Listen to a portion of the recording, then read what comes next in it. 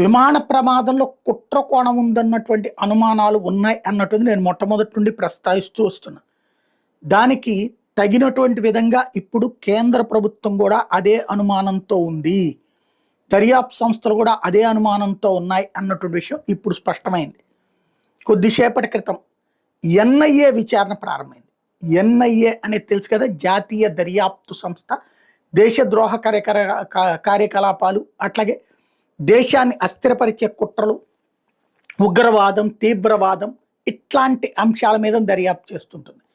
అలాంటి ఎన్ఐఏని ఇప్పుడు విచారణకు ఆదేశించారా, లేకపోతే ఎన్ఐఏనే ఇన్ఫర్మేషన్ ఉంటే వెళ్ళి అదే విచారించవచ్చు.